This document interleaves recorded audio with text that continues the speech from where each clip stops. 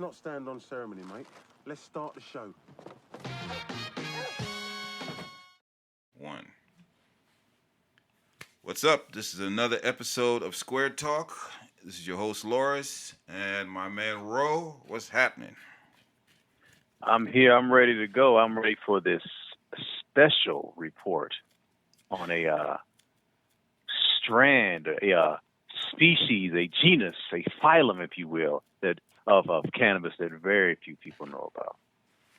Well, we're going to be talking today about the largest producer of cannabis in the world, which is the continent of Africa, which most people have no idea. When you think about cannabis, you don't necessarily think Africa, the continent. No, most people don't. And in fact, Africa has so many what are called Landrace strains. These are strains that have never been contaminated, that have allowed to grow around each other in whatever region they're in, combined with the soil and the sunlight and the conditions and the time of year they're harvested and the other plants they bred with on their own.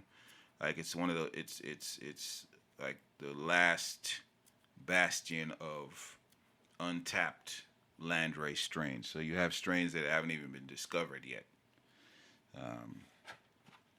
Because all the strains in America and in Europe, they're running out of strains. I was actually watching something on Canada, and they were saying how Canada can't keep up with the demand for cannabis.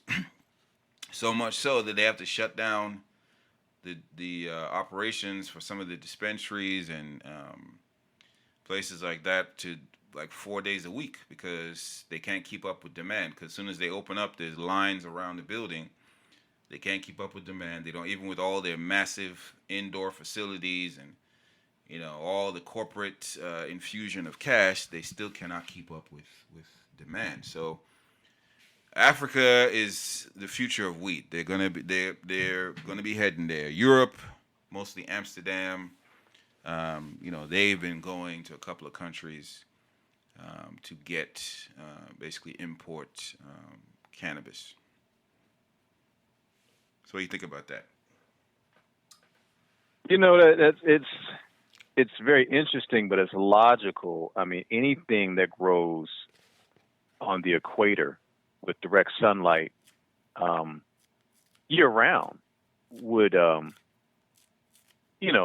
be a vibrant, potent product, whether it's pineapples or mangoes or cannabis. So it makes perfect sense, and it makes me wonder how come no one is tried to develop that before now. I mean, why would people want to grow it in their, in an indoor facility with grow UV lights and stuff rather than put it in real soil in a real environment and make the best product they can make? Because again, once the corporate people got into it,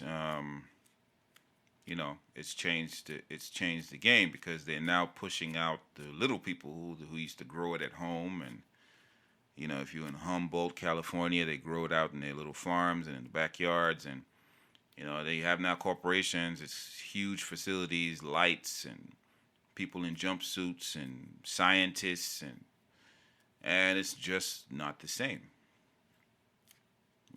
Yeah, but that's akin to like trying to grow potatoes in an indoor facility with special lights and guys with jumpsuits and stuff like that. No one does that for any other crop. And we don't run out of potatoes. So if you're running out of cannabis up there in Canada, why don't you grow it like you grow everything else? Well, with the case of the African strains, they can't grow it like they grow everything else because the African strains are the African strains because of thousands of years of natural cultivation, and the environments that have adapted for the local strains of these cannabis plants. And because of that, you cannot it's next to near impossible to replicate that in a lab. Even if you dig up the specific soil it's in and take it over, then the minute you take it out of that environment, you're growing something else. Yeah, it's true, and there's a lot of roots and herbs and medicinal things like that need to grow in a specific region for those specific properties. But people grow them there. You know what I mean? Whether it's Manuka honey, or what is it? Manuka? Is it Manuka? Yeah, Manuka. Manuka. Yeah, I'm confusing Manuka with Makuna. I'm sorry. Or maca root. Yeah. Maca root has to be in the mountains between Belize and Peru. You ain't gonna grow it in Idaho, but it's a tuber like a potato, but you can't take it out of that region, so they grow in that region. So it's just, to me, it's curious why no one ever thought of doing this before. Growing it in the regions where you could really cultivate it, year round and really produce a lot of it. Yeah. I know, is that too logical? No, it's not. It makes absolute sense, and it's not even something to me that even needs to be explained.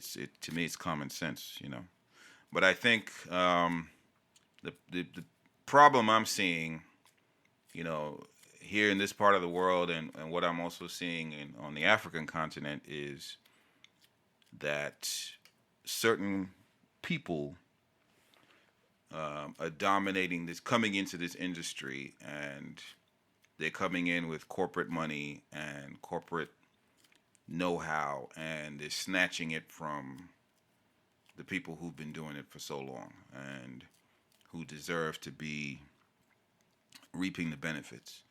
I was at the Spark event, Spark Cannabis networking event in Columbia, Maryland yesterday, and I met a guy from a company called Shimadzu, and they're here based in Maryland. Well, it's actually a multinational company. It's a Japanese company. But they test cannabis for contaminants. And because, again, with all these corporate hacks coming in, and they're basically mass producing cannabis, there's all kinds of contaminants and unnatural things that are being put in it. And these guys basically test for, everything under the sun, including, contaminants. And as one of them was saying to me last night, he was like, and I broached the subject. I say, it's going to come. We're getting to that point now already, even at this early stage, where we have to ask, where's the source? Where is this cannabis coming from?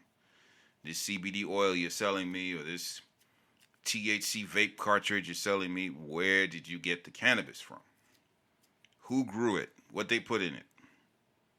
It's funny you mentioned that, because I stumbled upon a story the other day of people smoking THC vape cartridges, but they think they're illegal cartridges that are mostly being used in states where that THC vaping is illegal. But there's some new ingredient that's being used, some new oil, some thick oil they're using to in the cartridge to spin the THC, and it's producing an inflammatory respiratory disease in people that's akin to pneumonia. And people are getting severely sick and being in the hospital for days with what looks like pneumonia, and their lungs are full of fluid, to the point where they're having to hook them up to oxygen because they just can't breathe on their own. Their respiratory system is not working on its own.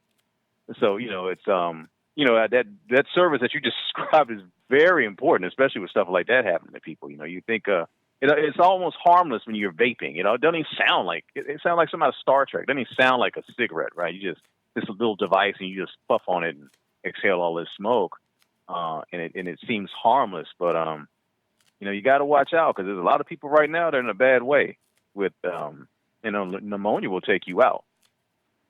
They've also even seen new conditions, new diseases. One of them is called popcorn lung, where the lung has these basically what look like pimples growing on them. And again, this is attributed to people who vape. They've starting to see, the effects of, and we're still in the early stages of vaping. It's not like cigarettes where you can say, okay, well, we've had a long time to see the adverse effects of tobacco, but already we're seeing this popcorn lung problem, showing up. Yeah. Now, is it because our technology allows us to detect this stuff quicker than it did when cigarettes were an issue? or is it because the chemicals are that bad that they're ravaging people's bodies faster? You know what I'm saying? Like in the 40s, 30s, 40s, and 50s, people kind of thought it was bad for you, but they had no proof. And it wasn't until around the late 70s and 80s that they could definitively say, yeah, this shit is killing you. So I wonder if now with vaping, I mean, it kind of just started, and we're already having problems. Is it the CAT scans and MRIs and stuff that can pick up this stuff, and those little cameras they can put inside of your body that pick it up, or is it shit that bad that it's happening way faster than it did with cigarettes? I think it's definitely the technology. We have much better technology in terms of detection now than in the past, but I also think that there's also, I think, even more sinister chemicals, because we now know what's in tobacco, but with this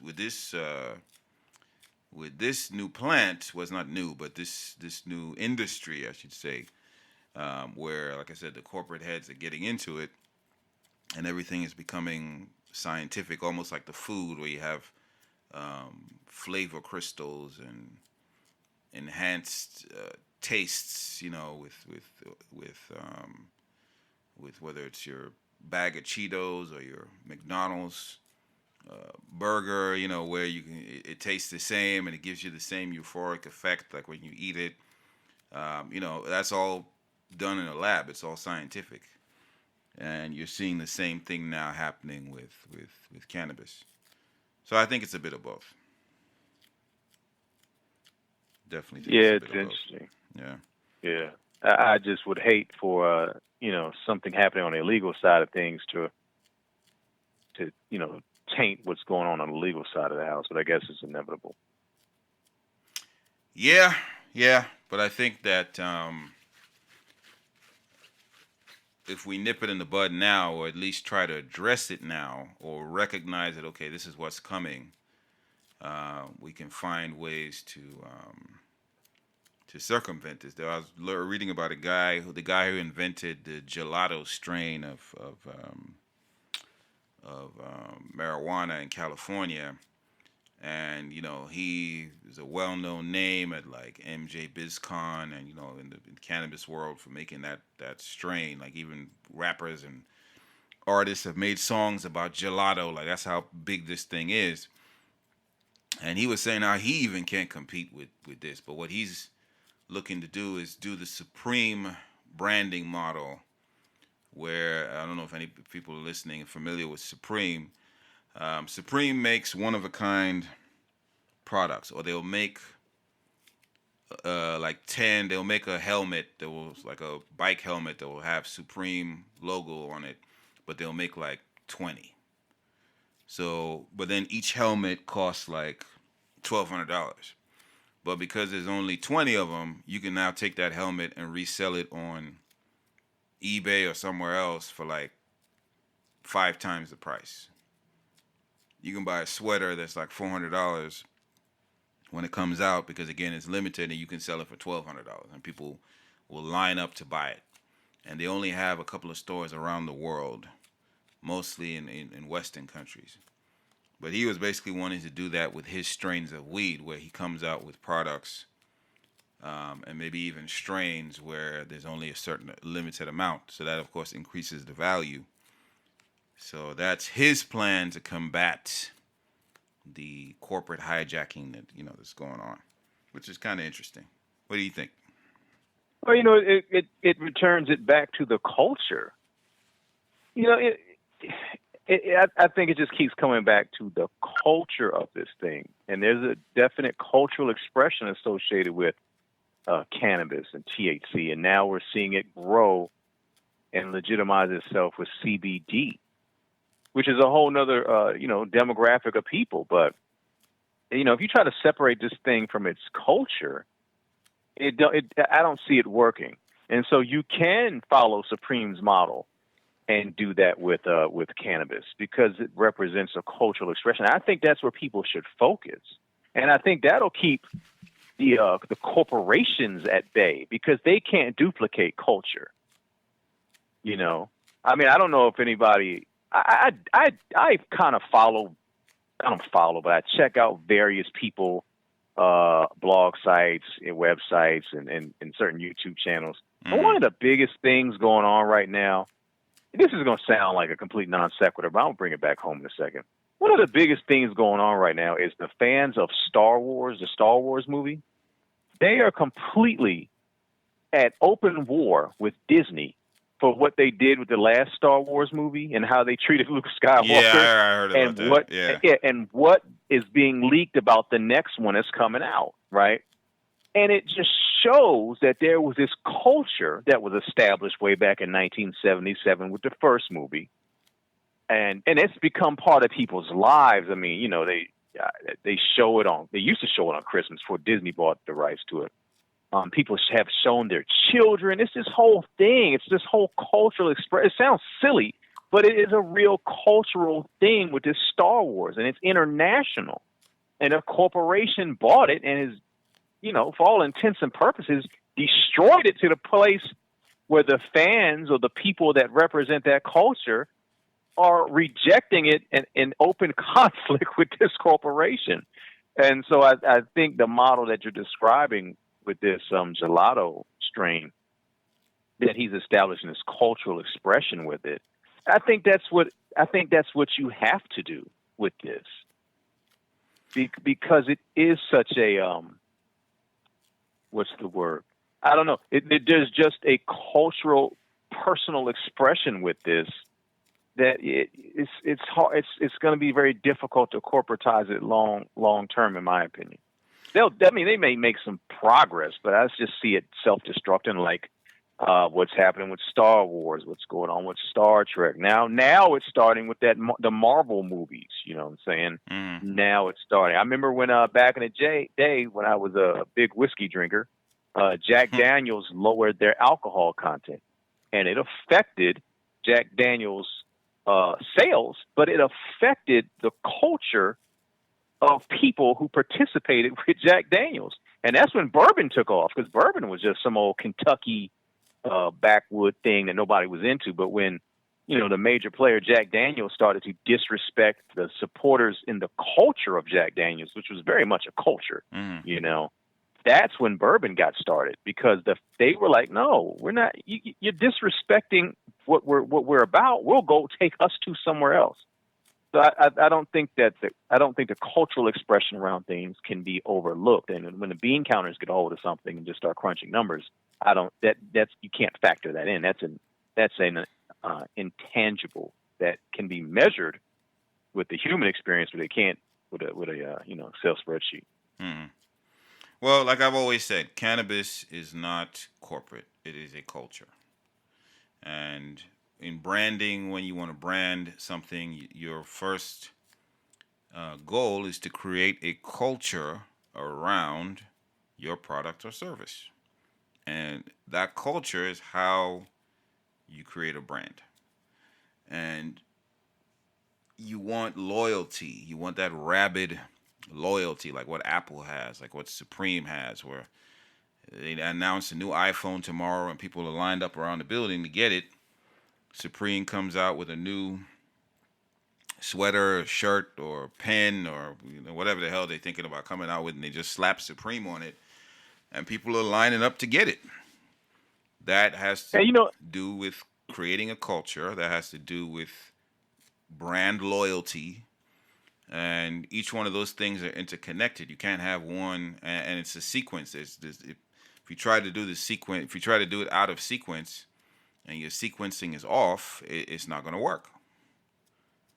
Yeah, and that is exactly what it looks like that Supreme does. It looks like they just put a label on shit. Yeah, because I'm gonna be honest. When I first saw that, I didn't think it was a real company. I thought it was just, because I saw it first on Instagram, and somebody had a shirt, 2 white shirts, and one was on the left, and it said, "This shirt costs $12.50."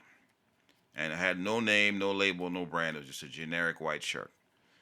This shirt on the other side, another white shirt with the word Supreme written on it in red, cost $200. So I just thought, oh, okay, somebody just put in the name Supreme just to like they're looking for a name to just give it a brand name, give it something, just stick it. I had no idea it was a real actual company that was selling limited edition products. So basically they come out with something and they'll only make a small amount. And so that basically there's not enough to meet demand. And that scarcity creates an intense interest. And people, start trampling each other to get it. And then also the resale value goes up because there's only a small amount of them made. This goes to show but the psychology of sales and branding and how, with human beings, it's all about getting in their head. I mean, I don't care what you're selling. Because to me, there's nothing special about Supreme. I mean, as far as I'm concerned.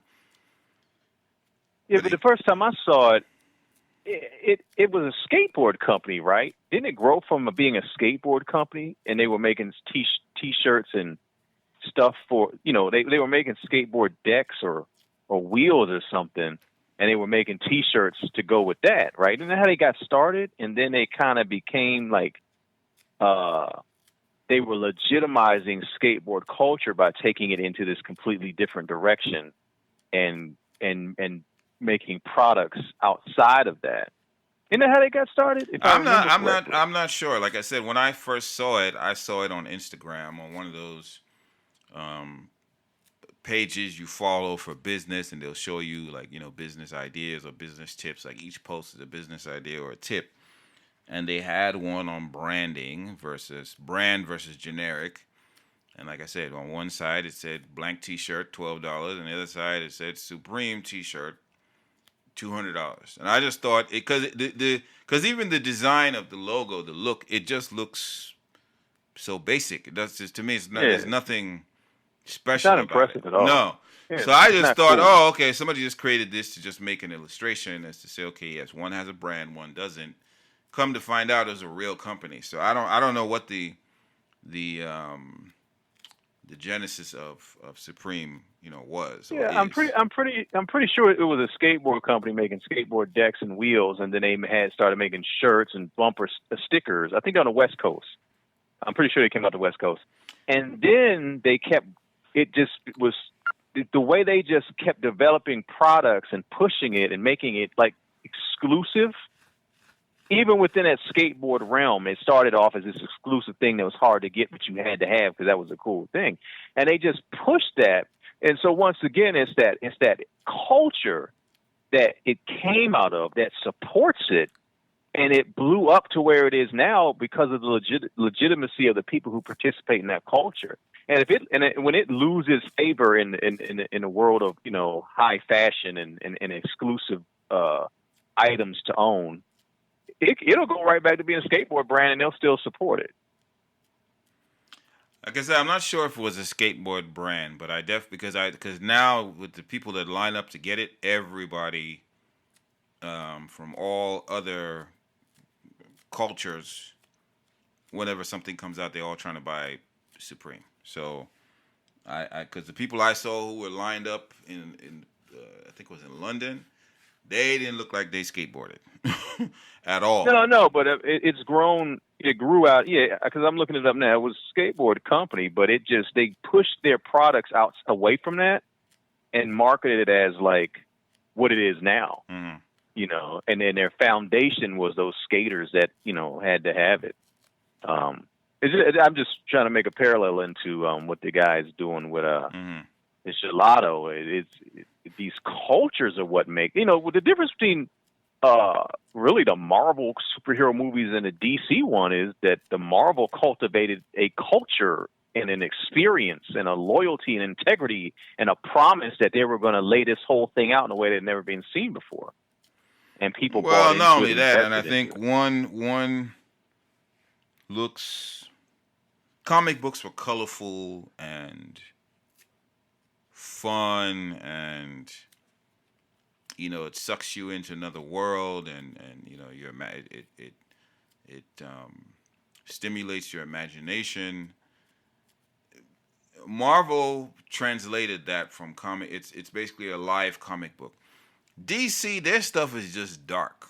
It when you look at Well, all not their the comic movies, books whether aren't. it's no, but with the movies, Yeah, one the one movies is were one just is bright too dark. and one is bright and if you're Yeah. on Marvel and fun and interesting and better character design, better casting, and then you just have the other one on the other hand, which is DC, and it's just dark and it's just not as interesting, and it's just I think it's a complete letdown in my opinion. I'm not a fan of the DC universe, if you even want to call it that, because they're sorely lacking when it comes to. They leave a lot to be desired when it comes to comparing them to Marvel. Marvel has been kicking their ass for the last 10 years or 10 plus years. They've been coming out with these with these movies. Yeah, it reminds me of when Star Wars. Go back to Star Wars when that came out. I mean, I saw that in the theater when it came out. And then everything was trying to jump on that bandwagon because it was such a hit. Mm-hmm. But it didn't have any integrity in it. It wasn't really taking a chance. It wasn't really investing anything. Star Wars on the surface is this goofy movie, but there's a real story there in the first one. And it's a story that's universal that you can really buy into. But you had Star Chase and you had all these everything was just trying to make $1 off of it. And when I look at the chance Marvel took with, the first Iron Man film and even the way it ended with Samuel L. Jackson and Nick Fury, and it just said, we're going to lay this whole world out for you over years. And that's our promise to you. We're going to lay this out and treat it with respect. And we're going to honor it. We might have to make some changes, but we're going to really respect this and show you something that you've always wanted to see. To me, when DC jumped on, they were like, look, we're just going to cash in. We're just going to throw some superheroes out there too. So DC had a cartoon show that had, I think, 4 or 5 seasons. It was on in the early 2000s. That entire show, the real cartoon heads or real comic book heads know what I'm talking about. That entire show is better than every single movie they've put out in the last 10 years. I'm so serious.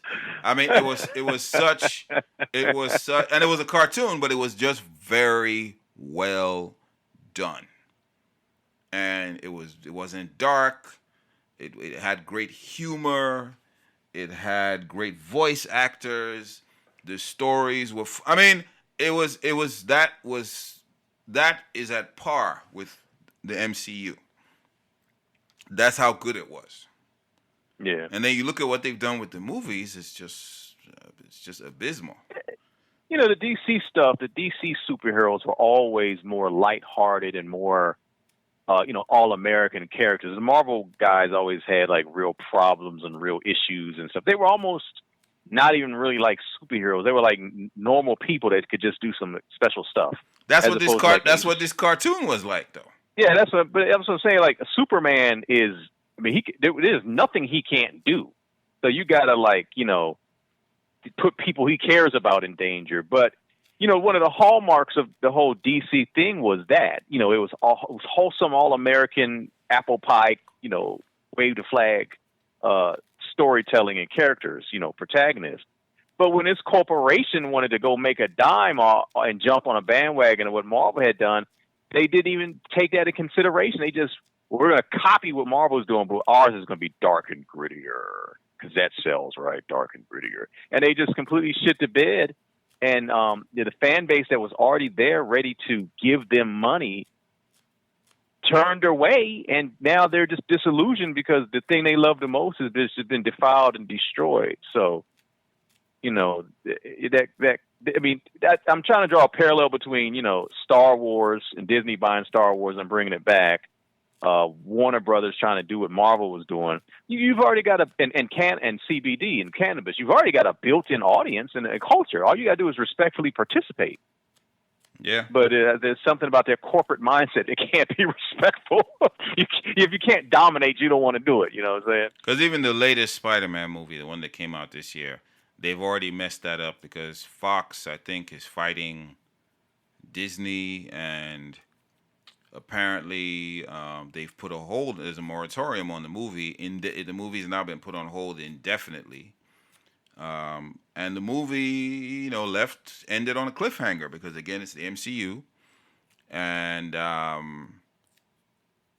Tom Holland, who's the guy who plays Spider-Man, has no idea whether he has a job or not because they've frozen the whole thing. They don't know. Yeah. And they're even talking about going back to the Tobey Maguire days, of Spider-Man.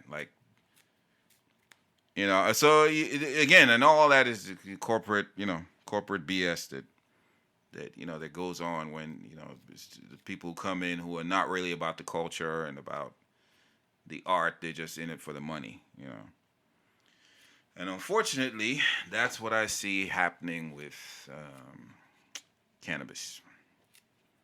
Yeah, it's inevitable.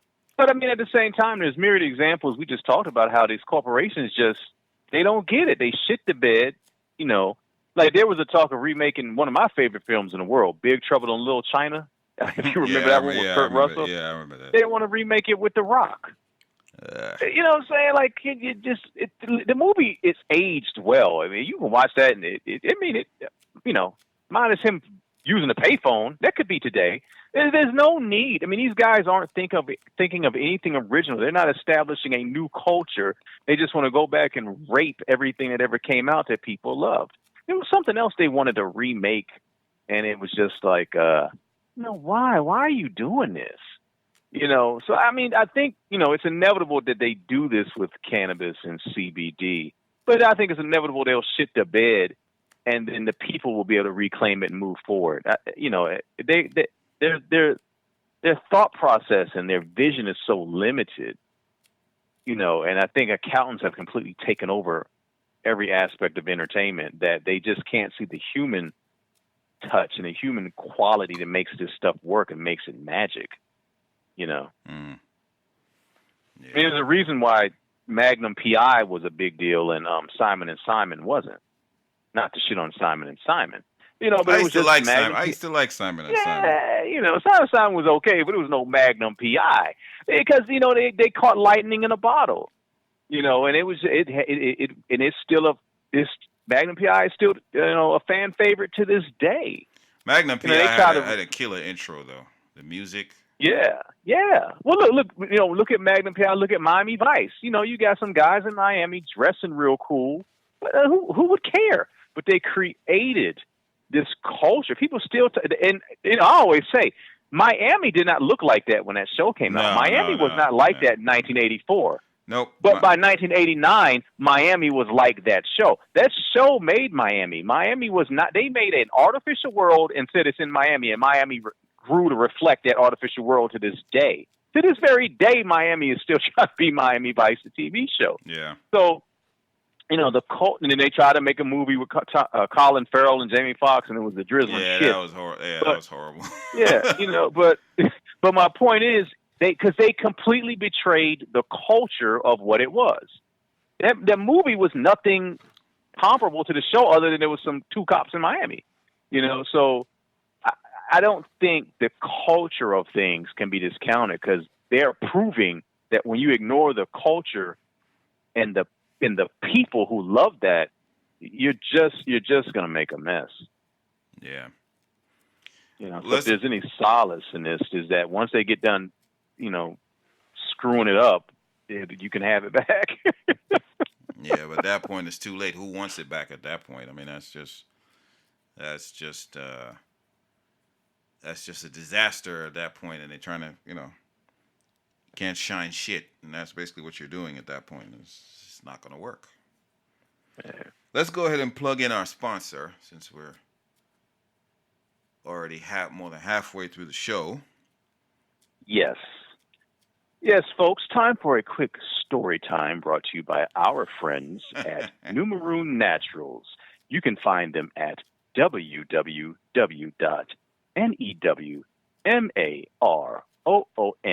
naturals.com.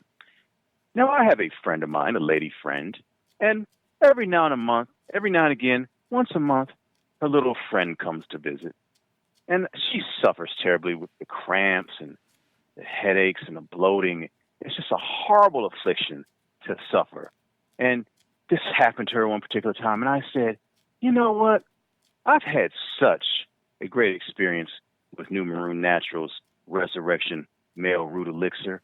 I really believe that their restoration, a woman's root elixir, could benefit my friend, and I recommended it to her.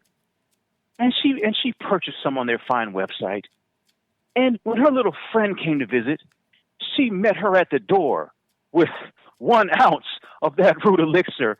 And I'll be darned if her menses wasn't shorter and her symptoms didn't evaporate overnight. I tell you, she's a brand new woman. I'm a brand new man. And we owe it all to our friends at New Maroon Naturals, featuring the premier Caribbean-based herbal products formulated for men, women, and children, as well as sea moss in a gelatinous state. None of that powdered, dry, stank powder that they sell you in other places, but the gel that you can put on your salads, your smoothies, or your gravies and sauces. So please check out our friends at New Maroon Naturals. That's NEWMAROON naturals.com, and return to your natural state of health.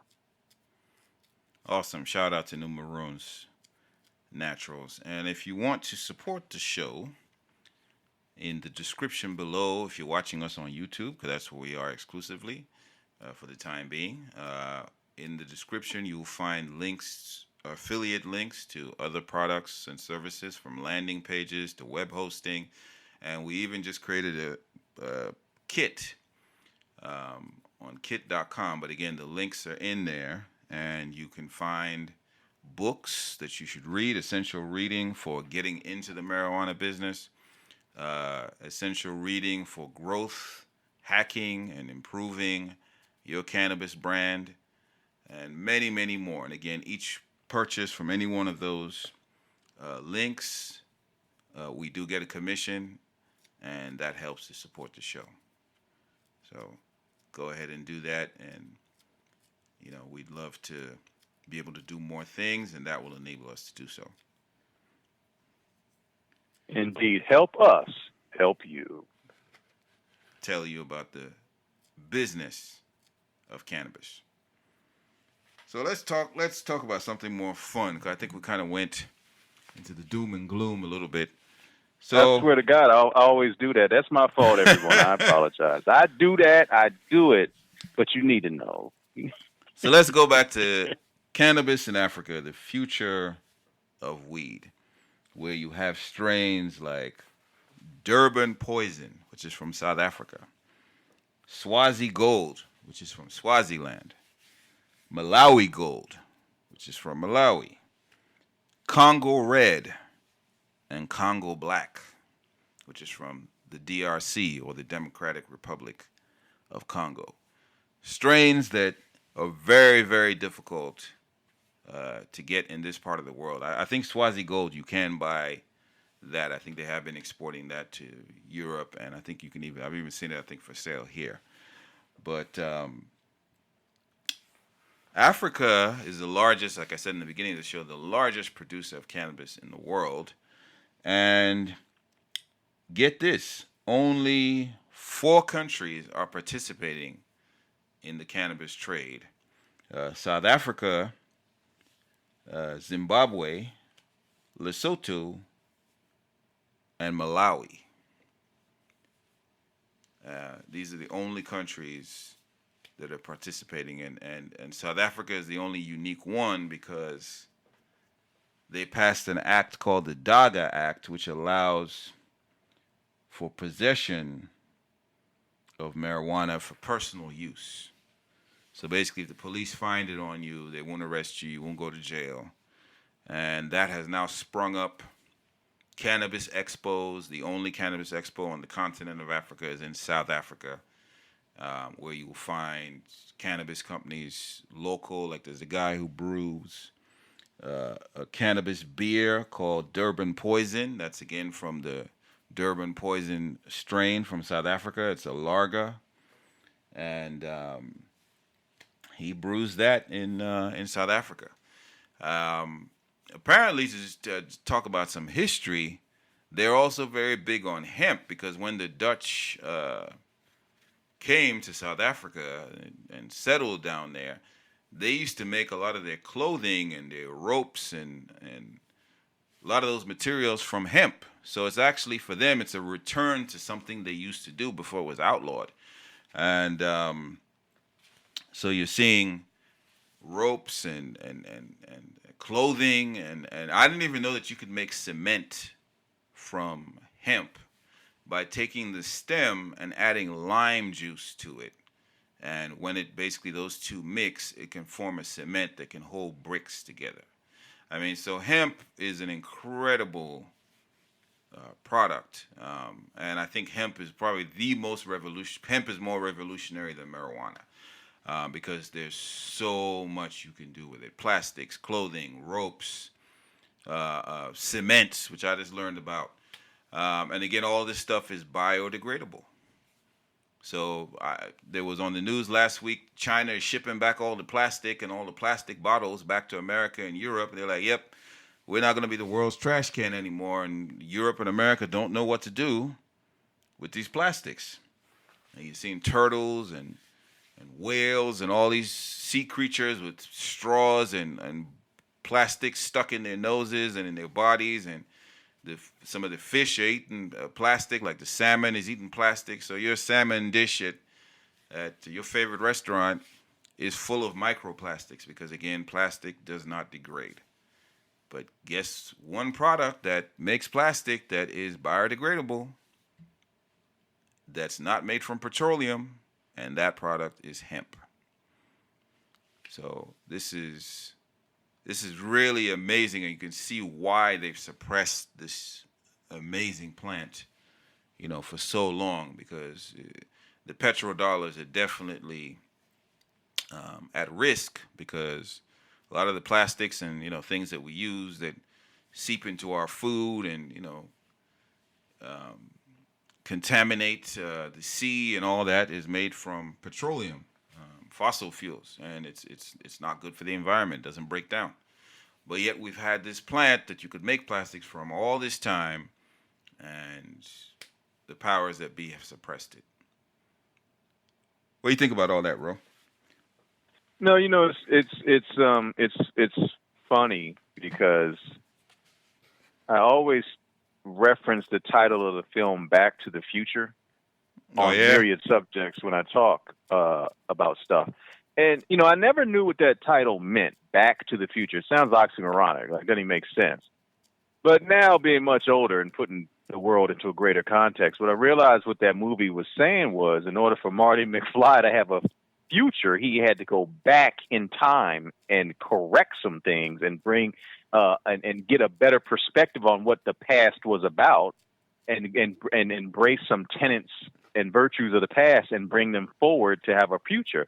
And we're really at a stage in our society where we're going to have to go back to the future, meaning go backward and embrace some of the things we were doing 100, 200 years ago and bring them forward with a 21st century mindset and context. Hemp, as you said, hemp was used for, everything. The riggings on ships, sails, sacks that flour was in. I mean, it was used for everything.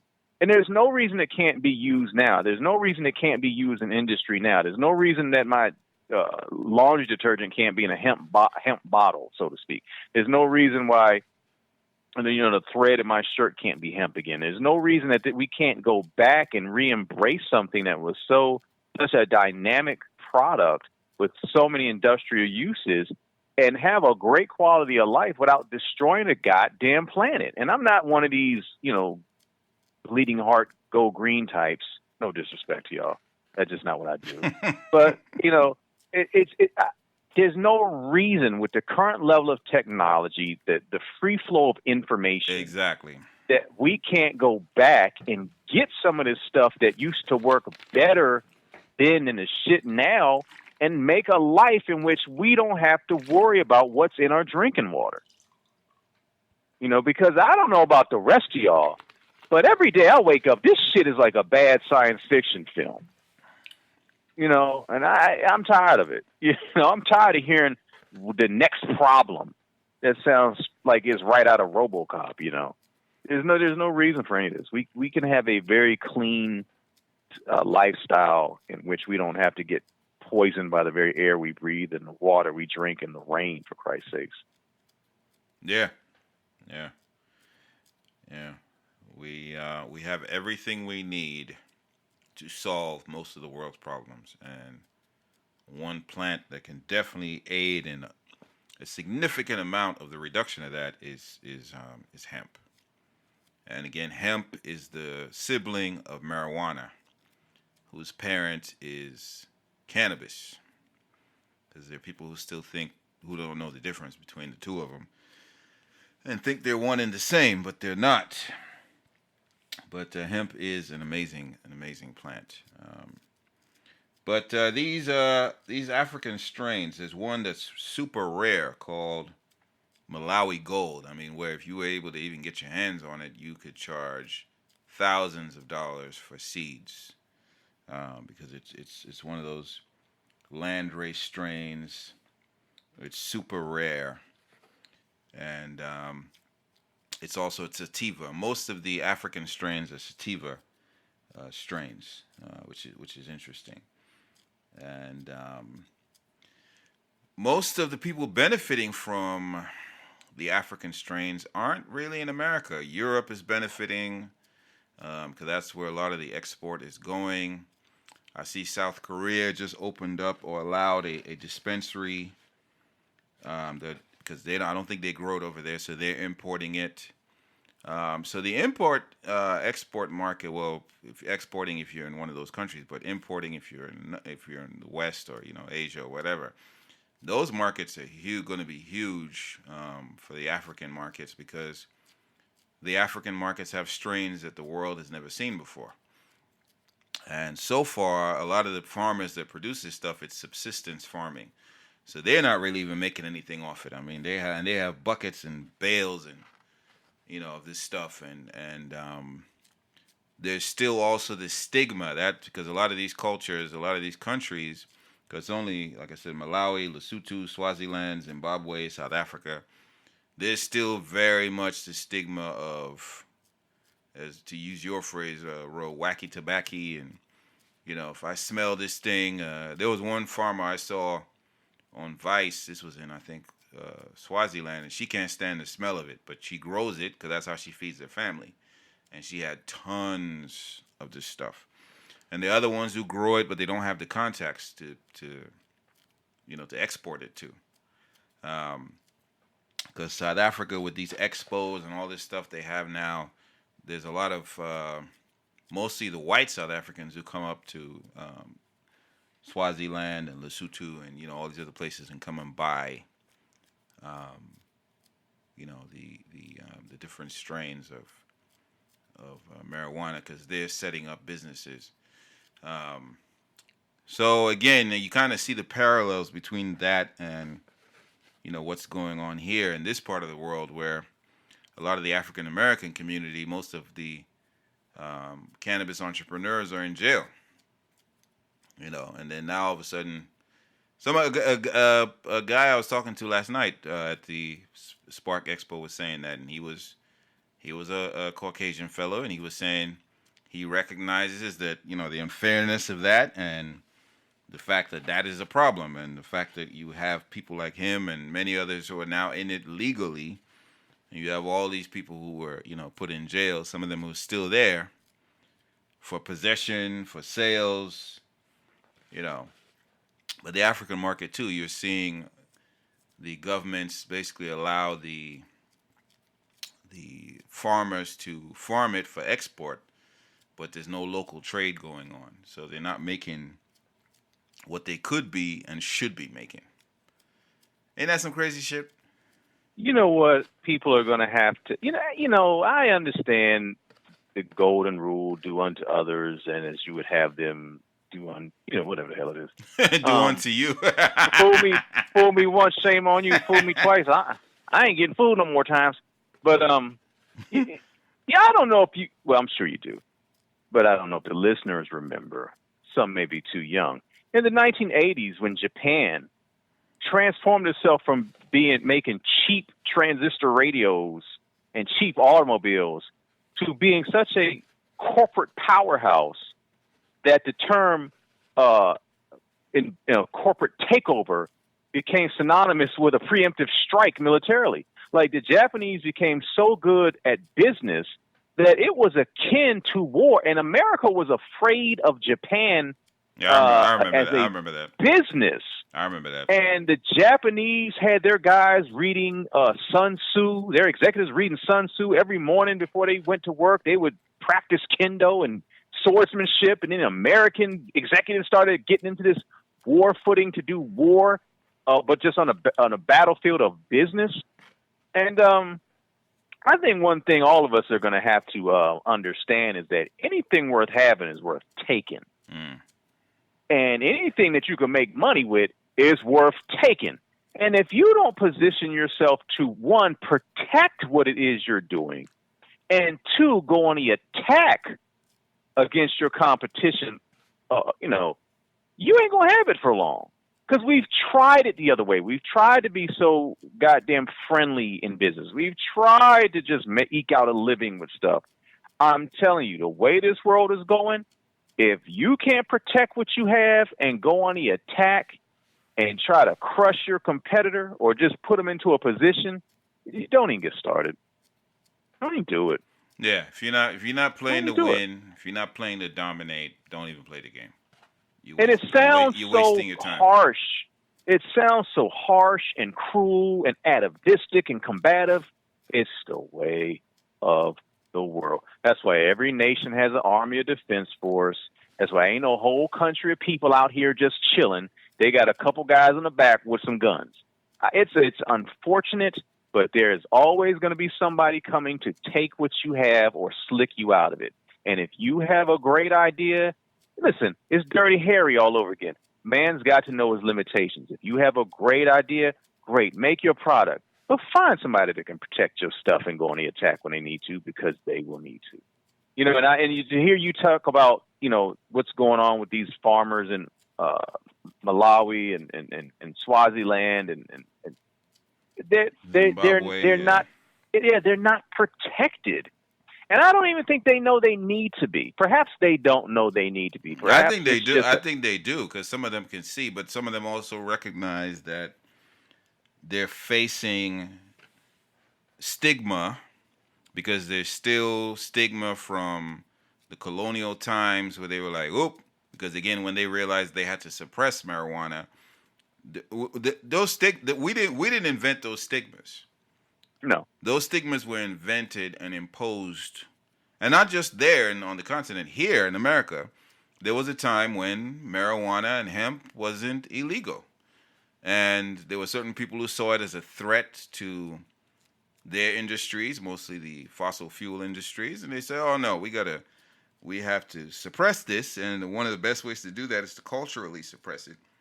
Where it's like, oh, you're smoking that wacky tobacco and, all the other terms, you're pothead, you're this, you're that, and this is a gateway drug and all this other crap, So it's the same game being played on another continent. But, that takes that, along the lines of, protecting what you have and being able to go on the attack. Another tenet is you've got to control the narrative. If you grow cannabis and some entity out there saying, well, that's a gateway drug and it's potheads and yada, yada, yada, then focus on something else it does, right? You can clean your toilet with Coca-Cola. Yeah.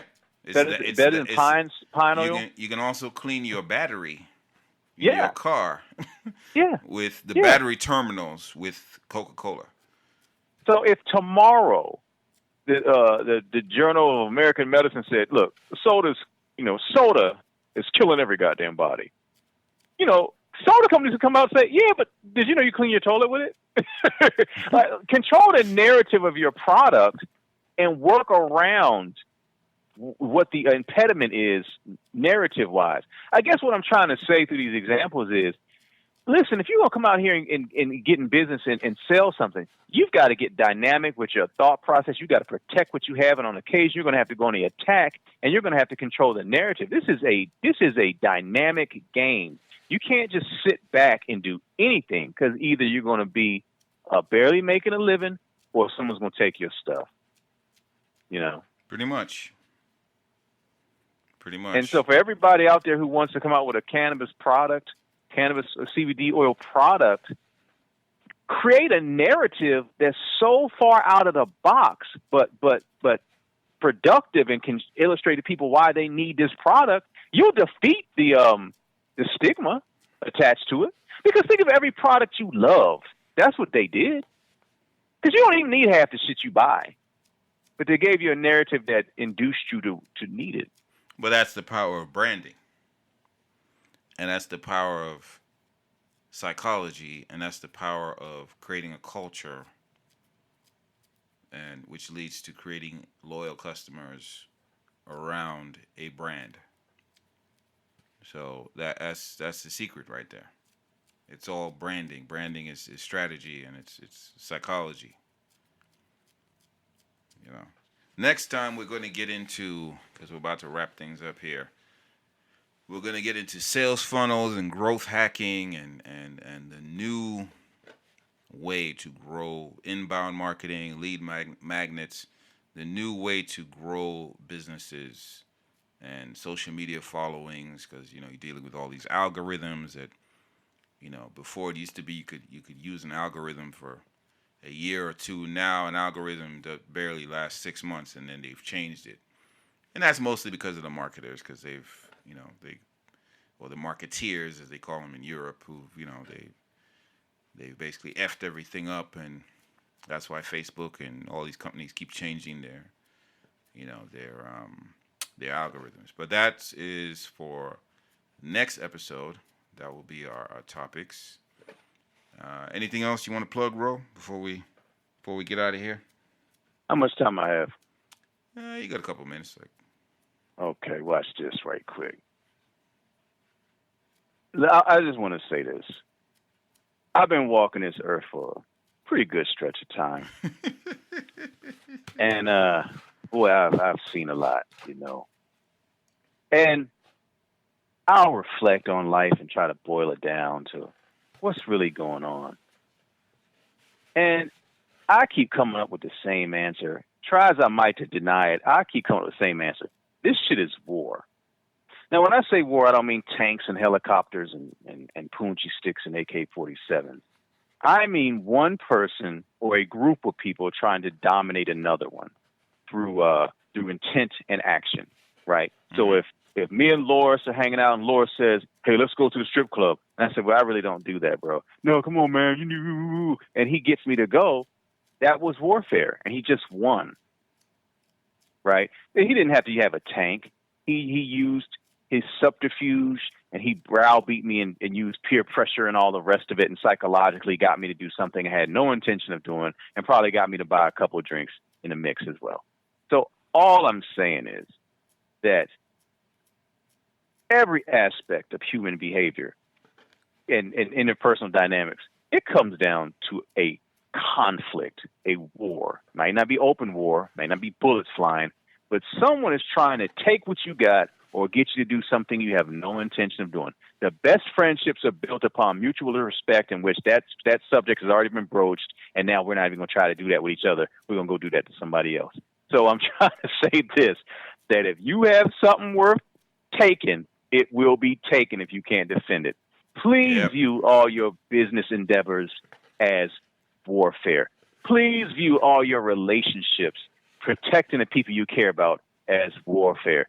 There's too many people out here trying to exploit and victimize you. Get in the game, because that's going to make this world a better place when righteous people take just an aggressive stance as the unrighteous people. I am done. All right. Right on time. All right, people, we out. See you next episode.